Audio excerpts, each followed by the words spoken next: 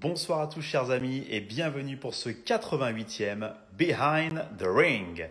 Nous avons le plaisir aujourd'hui d'aller à la rencontre d'un combattant respecté, un homme de défi, un homme pratiquant le MMA, c'est Mickaël Lebou. C'est un pionnier aujourd'hui, une référence mondiale dans cette discipline. Il a boxé dans les plus grandes organisations, bien évidemment l'UFC, le M1 Global, notamment le Cage Warriors. Il a fait plein de galas. Récemment, il a boxé au MMA Grand Prix, la première organisation en France de MMA de l'histoire. Ça a marqué une page de sa vie. On va aller à la rencontre de Mika. On a plein de choses à partager avec lui, à pouvoir évoquer ensemble. Salut Mickaël. Ça va? Tu vas bien? Ouais, ça va, impeccable. Super. Merci beaucoup d'accepter notre invitation. Vraiment, ça nous touche beaucoup. On est vraiment ravis de t'avoir avec nous. Donc, merci de nous offrir un petit peu de ton temps. Bah, avec plaisir, avec plaisir. Merci à vous de m'avoir invité. C'est nous qui te remercions. Alors, on va te laisser la parole. Tout d'abord, Mickaël. Tu sais, nous, on est un club de boxe anglaise et de boxe pied-point, donc peut-être que les gens ne te connaissent pas forcément. Tu vas nous faire une petite présentation rapide déjà de qui tu es.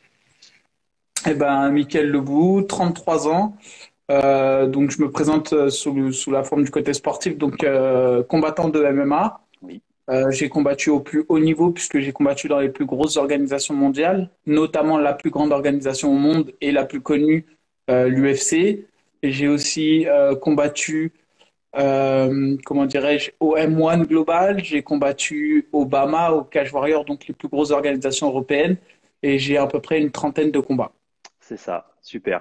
Tout d'abord, Mickaël, pour respecter la chronologie des choses, comment as-tu rencontré pour la première fois les sports de combat?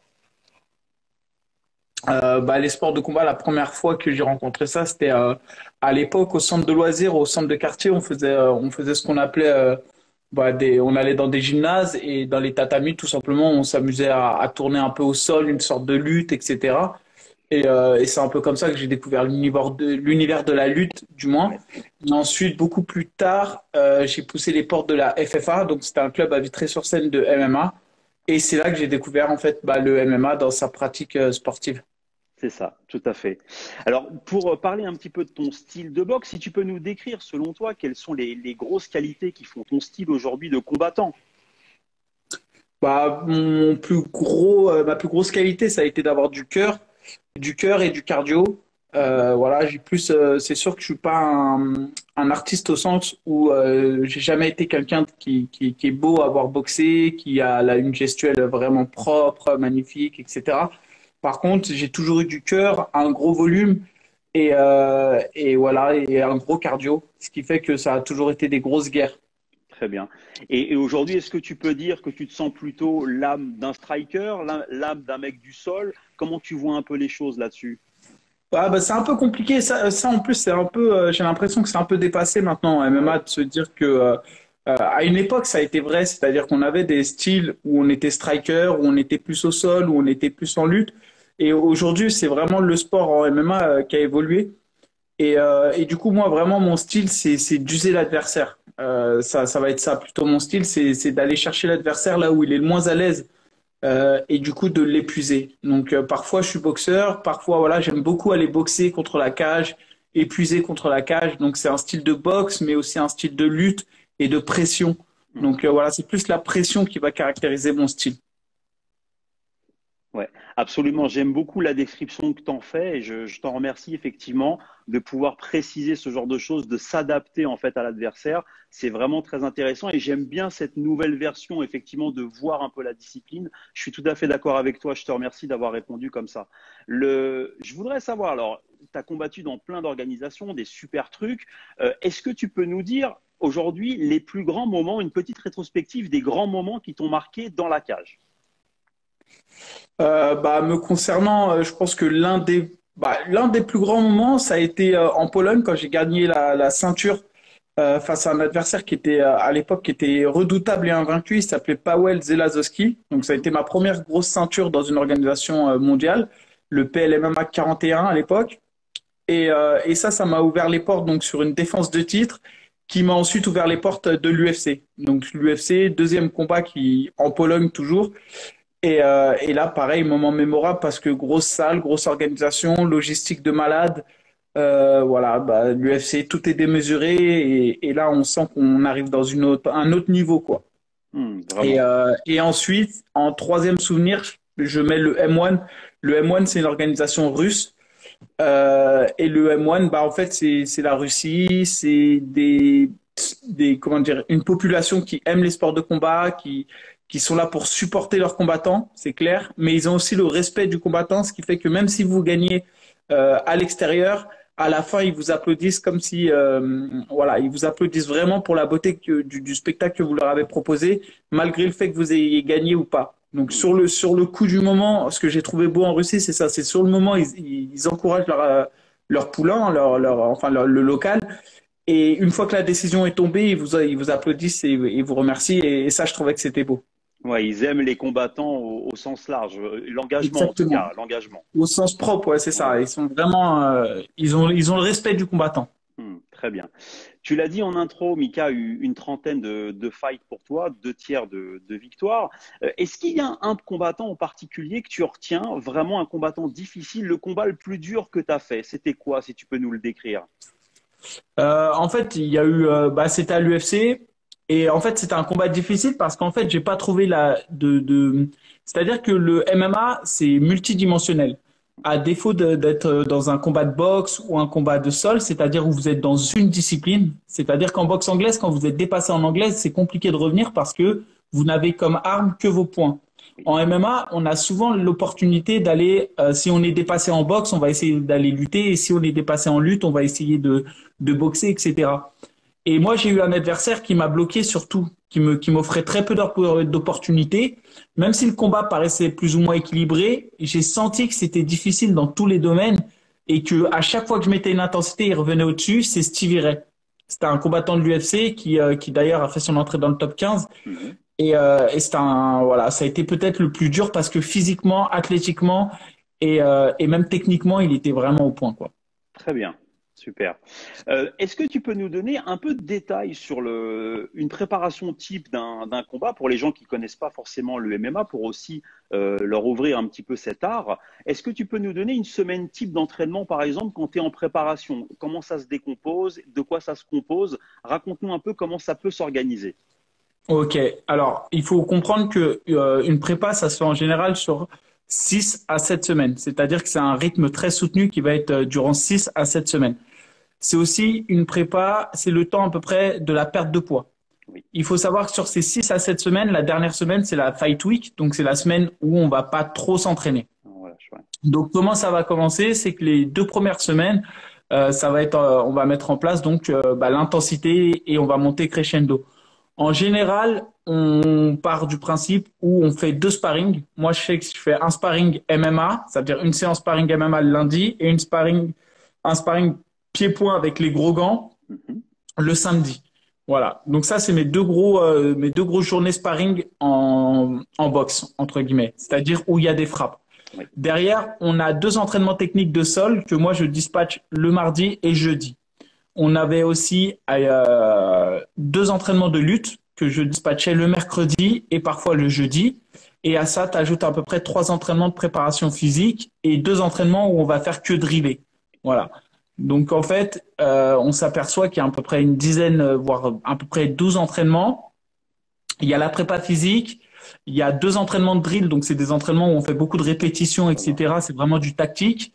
On a 2 gros sparring et on a 4 entraînements sur lesquels on va progresser en lutte et au sol. C'est-à-dire 2 qui sont axés sur le sol et 2 qui sont axés sur les luttes et aussi sur la transition. C'est-à-dire qu'une fois qu'on est en lutte et qu'on a fait tomber, de transiter tout de suite enfin, ce qui fait la spécificité du MMA. Oui, Donc voilà, absolument. on est quand même sur des gros volumes d'entraînement.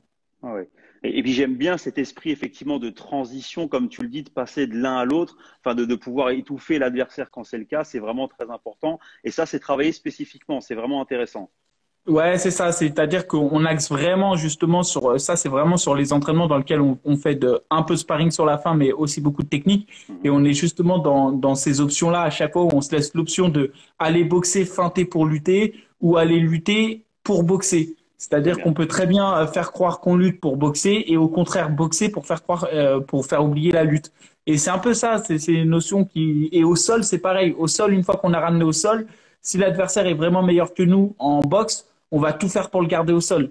Maintenant, si on sent qu'on a le dessus en boxe, on va tout faire pour se relever. Et voilà, et après, bah, c'est toutes ces choses qu'on essaye de mettre bout à bout le jour du combat.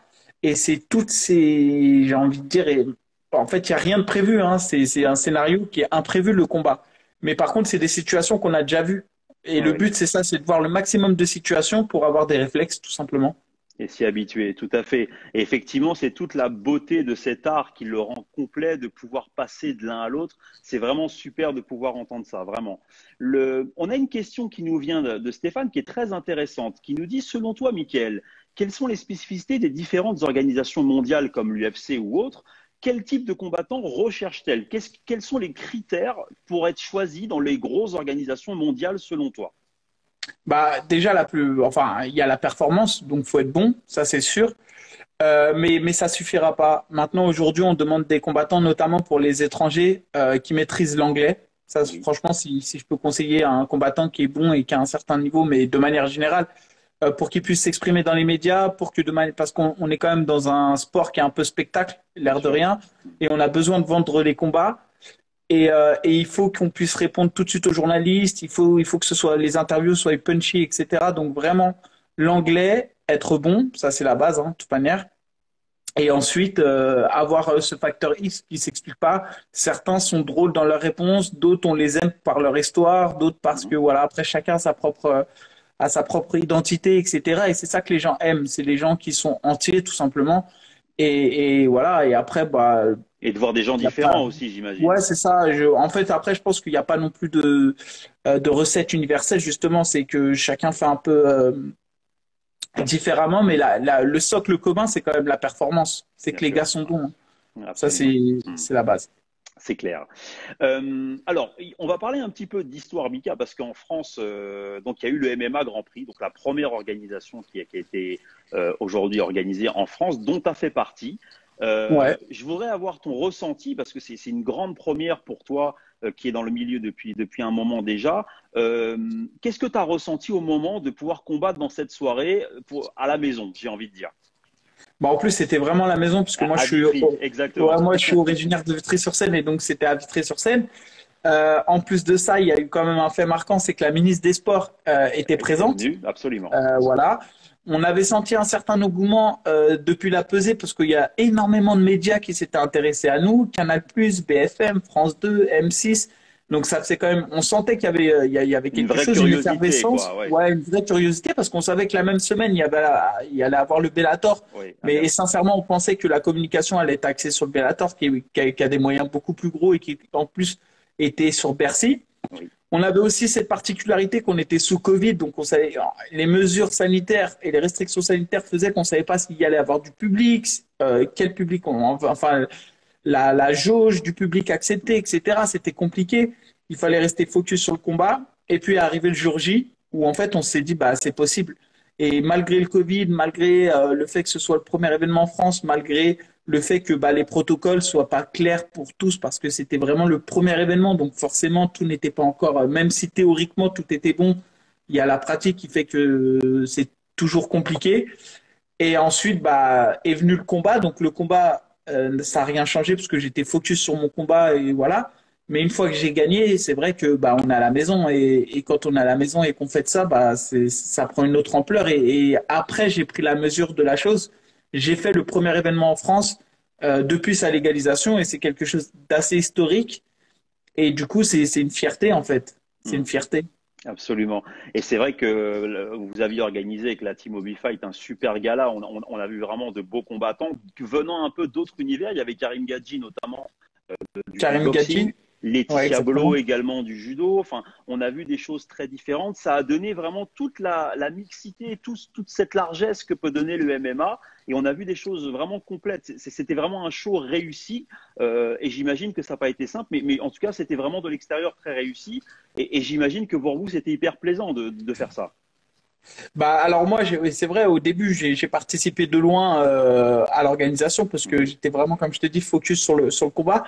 Ensuite, comme je dis, on pourra toujours relever des choses négatives, hein, parce que Donc voilà, mais c'était après, il faut grandement comprendre. réussi. C'était grandement Voilà, c'est réussi. ça. C'était grandement, c'est ce qu'il faut retenir parce que on n'a pas les moyens de l'UFC. Déjà, Bien sûr. si tu Ouais. compares à l'UFC, c'est sûr qu'on est, Non, non, non. c'était Mais pas pour un possible. premier événement, Mais pour un c'était premier canon. événement de MMA en France, depuis sa légalisation sous période de Covid, etc., c'était plus que réussi. Ouais. La fight card était belle, comme tu le dis, on avait des combattants de grande, enfin de qualité comme Karim Gadji. On avait Laetitia Abloh qui a fait une grosse carrière en judo, qui est venue faire son premier combat, et en plus c'était le seul combat féminin. Et derrière, on avait aussi Alina Haye, que j'aime beaucoup, gros striker, très très fort et gros potentiel en France qui peut aller très loin sur des grosses organisations. Et voilà, non, il y avait des beaux combats. Il y avait Pierre Rouvière, champion de Sanda. Donc, il y a des gens qui venaient un peu du De MMA, tout, quoi, ouais. Et- où on a des judokas, du kickboxing, des gens du Sanda. Euh, et voilà, on a tout. Et c'est ce qui fait la beauté de ce sport. Clairement, clairement, et c'est vraiment extrêmement plaisant.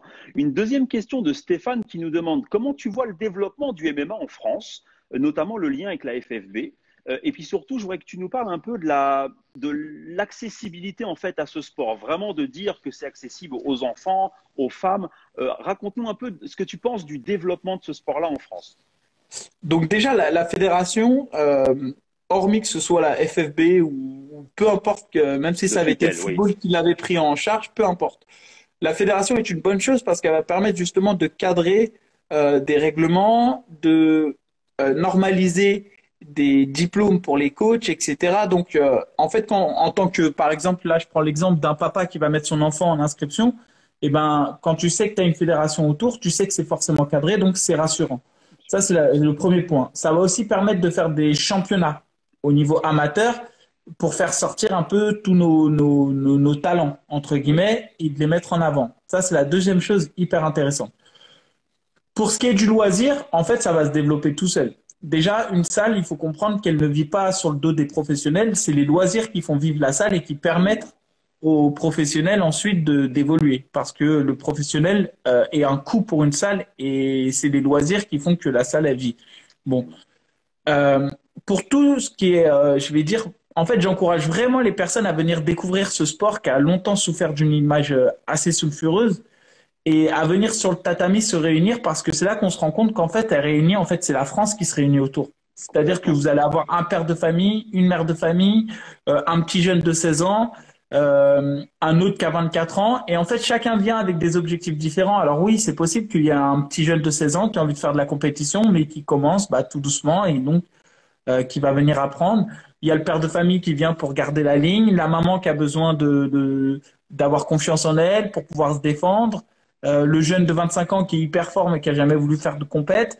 Et il y a vraiment toute cette population autour et tout le monde travaille dans la bonne humeur et c'est là qu'on se rend compte que c'est un sport qui est codifié par des règles, etc., etc.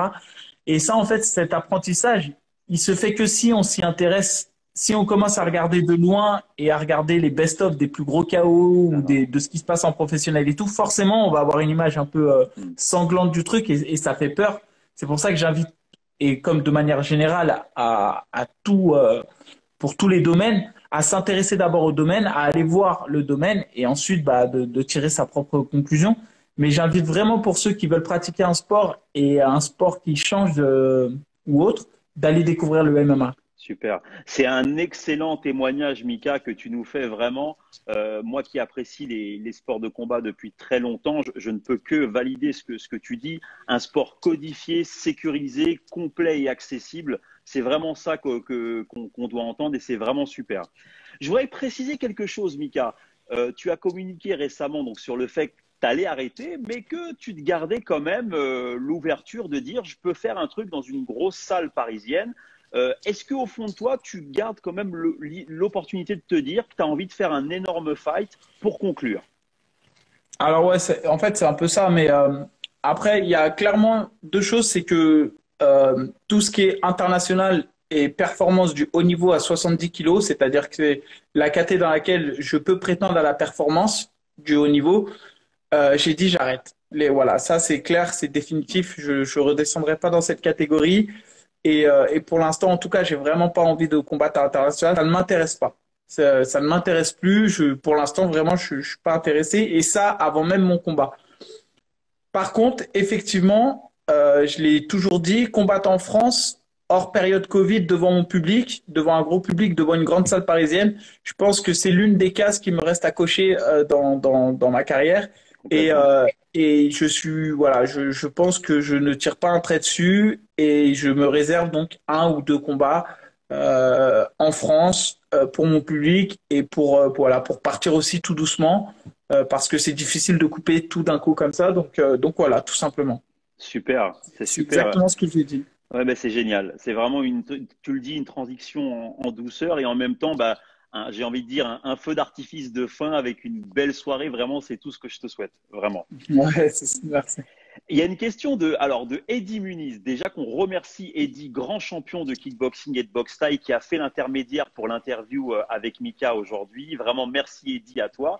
Eddie pose Et une question. qui a été aussi mon coach Mon coach. en pied-point et qui a été, moi je le dis, en fait, dans le MMA, ce qui est intéressant, c'est qu'on a besoin d'avoir des experts dans des Oui. disciplines comme le pied-point, la boxe anglaise ou des experts au sol et en lutte.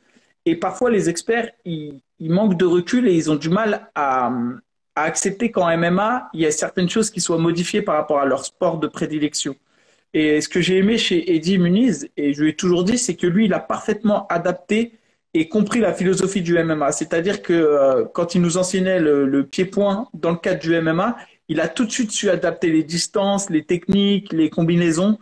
Et ça a été voilà, pour moi l'un des plus gros, meilleurs coachs que j'ai connus en termes de pied-point dans le cadre du MMA.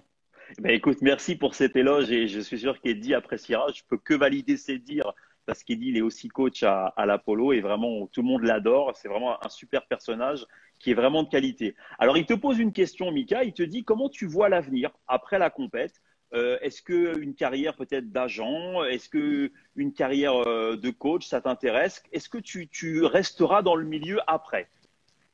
Alors l'idée, je vais pas couper du milieu parce que je pense avoir des choses à apporter. Dire que je serai coach, non. Je serai pas coach en tout cas ouvert au grand public, voilà, parce que d'une part, j'ai pas cette patience pour enseigner au loisir. Je peux le faire de temps en temps. J'y prends un grand plaisir à le faire de manière exceptionnelle. Vraiment, c'est un grand plaisir de le faire sous forme de stage ou autre, ou de venir découvrir ou de remplacer un gars pour voilà, de le faire exceptionnellement.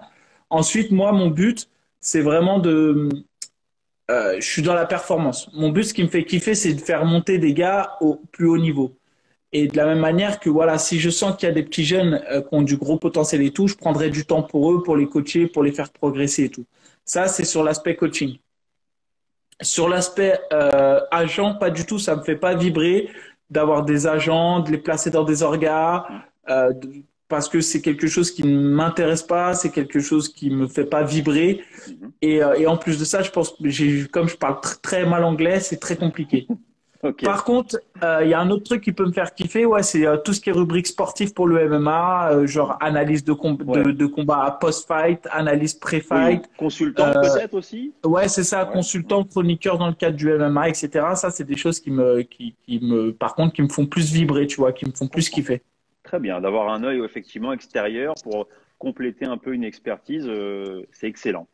C'est On est... ça. Et ensuite, après, il reste l'aspect organisationnel, c'est-à-dire dans Oui, les organisations de MMA, m'occuper un peu des fight cards, de ouais, monter le de vendre. matchmaking par exemple.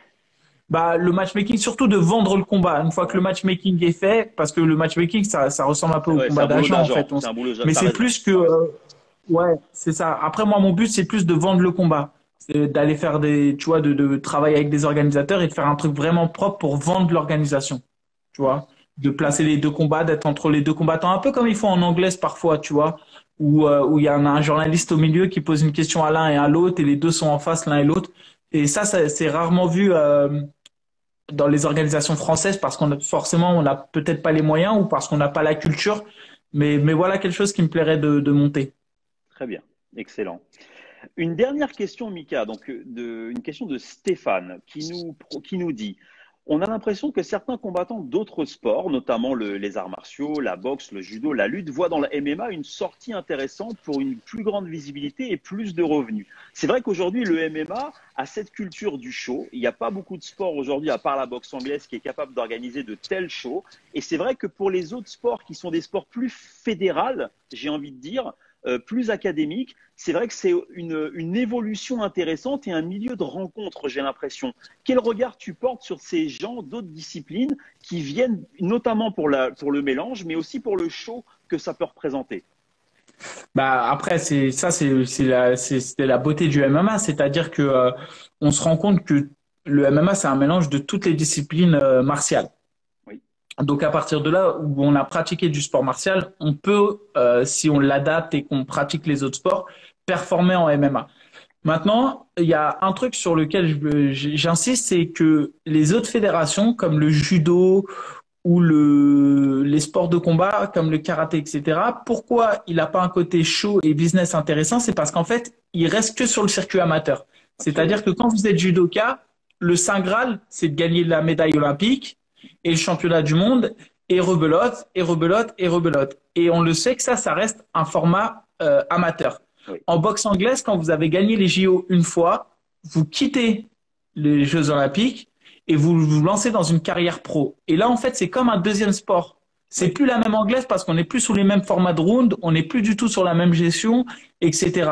Et il y a peut-être des champions olympiques qui n'auront jamais fait une belle carrière en anglaise pro et des gars qui ont fait une belle carrière en anglaise pro qui n'auraient jamais pu faire une carrière en olympique.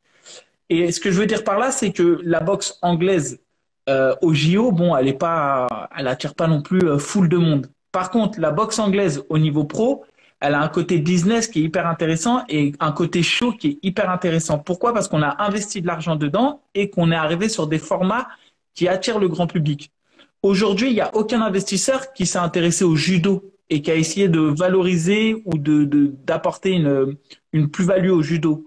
On le voit un peu dans le jiu-jitsu brésilien avec le grappling, etc. Les Américains, ils ont réussi à rendre ce sport de lutte et de contact intéressant par leur format, par les décors, par le show. Télégénique, j'ai envie de dire, c'est plus C'est ça. accessible. Oui. Et puis encore une fois, ils vendent le combat, c'est-à-dire qu'ils vendent des oppositions. Oui, oui. Et c'est ça le plus important, c'est d'arriver à vendre des oppositions. Et pour vendre une opposition, il faut monter des profils. C'est ça. Et c'est ça qu'on n'arrive pas à faire dans les sports comme le judo, etc. Parce que à part Teddy Riner, tu serais là tout de suite peut-être incapable de me citer 5 autres judokas. Tout de suite là, français. Et pourquoi? Parce qu'on les connaît pas. Et donc on s'intéresse pas à eux. Et donc du coup, c'est difficile de vendre des choses. Donc et le MMA, ça c'est différent, c'est comme c'est un sport spectaculaire qui est relayé par beaucoup de médias, etc. Et ben du coup, on connaît les combattants. Et comme tu connais les combattants, tu t'intéresses aux combattants. Et donc du coup, ça génère une fanbase et la fanbase génère du sponsor, etc. C'est un cercle vertueux. C'est excellent, vraiment. Mika, je prends vraiment beaucoup de plaisir à échanger avec toi. Tu exprimes vraiment bien ce qu'on veut entendre. Vraiment, c'est très compréhensible au tout à chacun, même les gens qui ne sont pas spécialistes. C'est un vrai effort de ta part. Vraiment, c'est très sympa à toi de nous partager tout ça. Je voudrais vraiment te remercier vraiment de cette simplicité, de cette pédagogie que tu as fait avec nous aujourd'hui pour nous ouvrir un peu les portes de ta carrière et de ta discipline. Je voudrais te laisser le mot de la fin. Si tu as un mot à dire aux gens qui te suivent, tes fans notamment, si tu as un petit mot à leur dire pour finir. Bah écoute, déjà merci à toi de m'avoir donné la parole. Après, je n'ai pas grand-chose à dire. Voilà, moi le MMA, en tout cas, c'est un sport que j'ai apprécié pratiquer au plus haut niveau, que j'apprécierais encore à pratiquer. Et encore une fois, ceux qui connaissent pas le MMA, d'aller voir ce que c'est et de le pratiquer au moins une fois dans sa vie pour au moins s'en faire une idée et de voir que vous pouvez faire un entraînement et rentrer chez vous sans blessure, sans commotion, sans rien. Exactement, voilà, vraiment. Un sport qui est complet, hyper codifié. accessible à tout, vraiment qui Ça. est positif. Donc n'hésitez pas surtout et vive le MMA vraiment et qu'il se développe. Longue vie vraiment à cette discipline magnifique. Vraiment. Et merci à toi pour cet entretien. Non, mais c'est moi qui te remercie, Mika, vraiment pour ton temps et ta simplicité. C'est vraiment un plaisir d'avoir échangé avec toi. Vraiment. Cool, merci. Et je rappelle à tous nos spectateurs qui nous ont regardés aujourd'hui que si vous souhaitez revoir l'interview de Mickaël Leboeuf, vous pouvez la retrouver sur le compte Instagram de l'Apollo Sporting Club. Et si vous souhaitez voir d'autres Behind the Ring, n'hésitez pas à vous abonner à notre chaîne YouTube. Merci beaucoup, Mika. Excellente journée Merci à toi. soirée, pardon. Salut. Et puis à très bientôt. Ouais. Et bonne Merci, soirée à salut. tous. Au revoir. Ciao, ciao. Merci.